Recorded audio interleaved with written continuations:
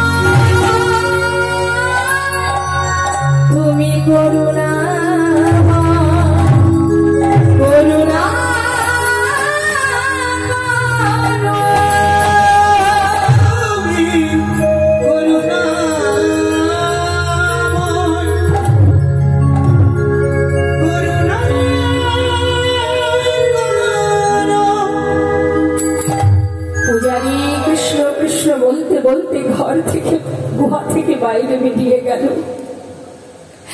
গুহার মধ্যে বসে কাঁদছে লালা, তুমি কি করলে?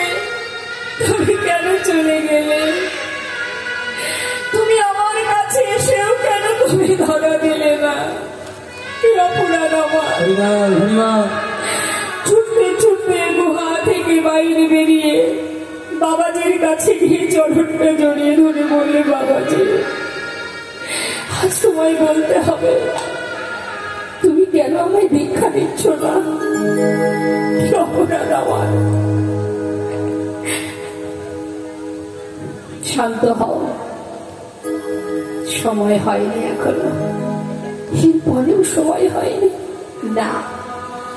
শোনো লালা, বারবার আমার কাছে এসো না, সময় হোক আমি নিজে গিয়ে তোমায় মন্ত্র দিয়ে আসবো। বাবাজি আজ তোমায় বলতেই হবে, কোন অপরাধ, কি কারণ আমার? কেন আমায় তুমি মন্ত্র দিচ্ছ না? কেন তাকে কাছে পেয়েও চিনতে পারলাম না? কেন তিনি এসে আমার কাছে ধরা দিল না? কি অপরাধের কারণে আজ আমার দীক্ষা হচ্ছে না? বাবাজি যত সময় না বলবে আমি তোমার চরণ ছেড়ে কোথাও যাব না। লালা তাহলে শোনো, প্রথম দিন ভিক্ষার ঝোড়া তোমার কাঁধে দেওয়ার সময় বলেছিলাম প্রত্যেকের দ্বারে ভিক্ষা করবে, কারোর ঘর বাদ দেবে না। কিন্তু তুমি সবার ঘরে ভিক্ষা করেছ, জগৎ শেঠের ঘরে ভিক্ষায় যাওনি কেন? বাবাজি ওদের সঙ্গে আমাদের একটু পুরানো দ্বন্দ্ব আছে তো, সেই কারণে। কি জন্য দ্বন্দ্ব? তুমি ছিলে জমিদার, সেও জমিদার, জমিদারি ছিল বলেই দ্বন্দ্ব ছিল। এখন তো আর সেই জমিদারি নেই, তুমিও তো সেই জমিদার নও। তবে লালা, যার জমিদারি নেই, যে নিজে জমিদার নয়, তার কাছে দ্বন্দ্ব কেন আর থাকবে? আজ তো তোমার কাছে সবাই সমান। যাও, ভিতর থেকে দ্বন্দ্ব ক্রোধ দূরীভূত করে নতমস্তকে গলবস্ত্রে ভিক্ষা করে নিয়ে এসো। জেনে রাখবেন মা, ভগবত সেবা দিতে গেলে সবার আগে এখান থেকে হিংসাকে দূর করে দিতে হয়, সকলকে সমান দৃষ্টিতে দেখতে হয়, সবাইকে আমন্ত্রণ করে সুস্থভাবে হরিবাসন করতে হয়, ভগবত সেবা দিতে হয়, ভক্ত সেবা দিতে হয়। যাও লালা, যার সঙ্গে পুরানো দ্বন্দ্ব আছে তার বাড়ি থেকে ভিক্ষা করে নিয়ে এসো, তবেই তোমায় আমি মন্ত্র দেব। হরিবল হরিবল। আমাদের ইহজগতে আমাদের সমাজে দেখবেন অনেকে আছে কারোর সঙ্গে যদি বনিবনা না থাকে তাকে বাদ দিয়ে বাড়িতে বৈষ্ণব সেবার আয়োজন করে, যজ্ঞ করে, ধর্মীয় কাজ করে। ওর সঙ্গে কথা বলি না, ওকে ডাকবো না, লাভ নেই, সবই বৃথা হয়ে যাবে।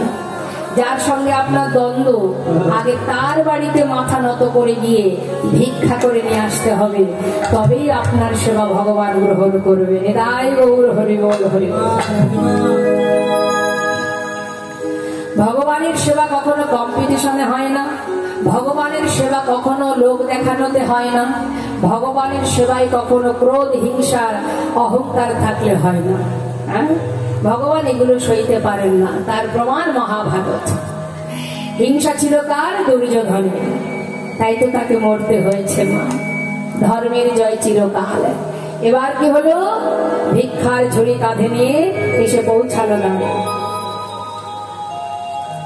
দ্বারে এসে পৌঁছানোর পর ভিক্ষাং দেহি যেই না বলেছে, দাঁড়িয়ে দেখলেন যে দাঁড়ে দাঁড়িয়ে আছে মস্ত বড় জমিদার লালা। যারা প্রহরী, যারা পাহারাদার, দেখছে মস্ত বড় জমিদার সেই লালা আজ জগৎ শেঠের দ্বারে।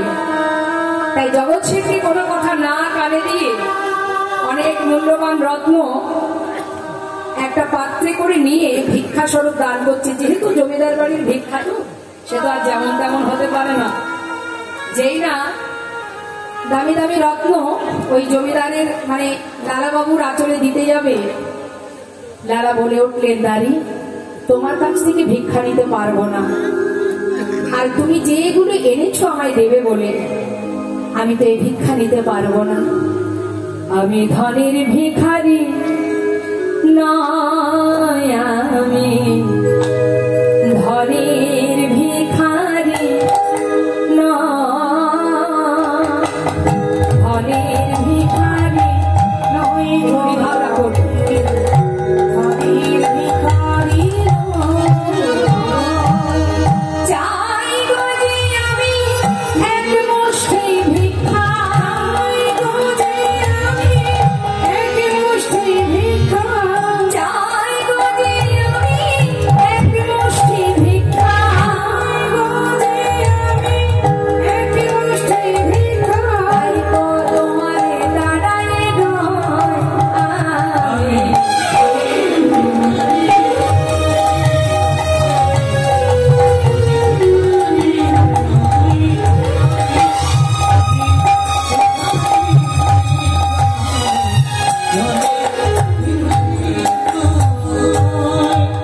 তোমার হাত থেকে ভিক্ষা নিতে পারবো না, তোমাদের যে জমিদার আছে তাকে একবার নিয়ে এসো।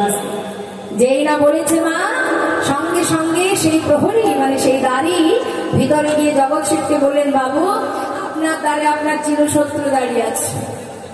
এতদিনে যার সঙ্গে আপনার দ্বন্দ্ব ছিল, যার সঙ্গে আপনার লড়াই ছিল, সে আপনার দ্বারে দাঁড়িয়ে, একবার আপনাকে যেতে হবে। নাম কি? জগৎ শেঠ।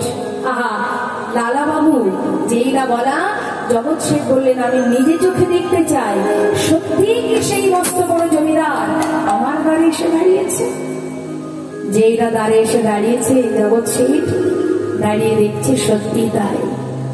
এত বড় জমিদার যে আজ দ্বারে দাঁড়িয়ে চোখের জলে কৃষ্ণ কৃষ্ণ বলে বুক ভাসিয়ে কাঁদছে। ভিক্ষাং দেহি ভিক্ষাং দেহি তাকিয়ে আছে। কি দেখছি আমি? এটা কি কোনো আসল বেশ নাকি কোনো ছলনা? মুখের দিকে তাকিয়ে জিজ্ঞাসা করলেন, যে বেশে আমার দ্বারে দাঁড়িয়ে আছো এটা কি তোমার কোনো ছলনা নয় তো? বলে উঠলেন লালা, না না, আসিনি আজ তোমার কাছে অগবন্ধু কোন ছলনা। দেখো ঘাটের মাঝি পার ঘাটাতে বসে ডাকছে আমার,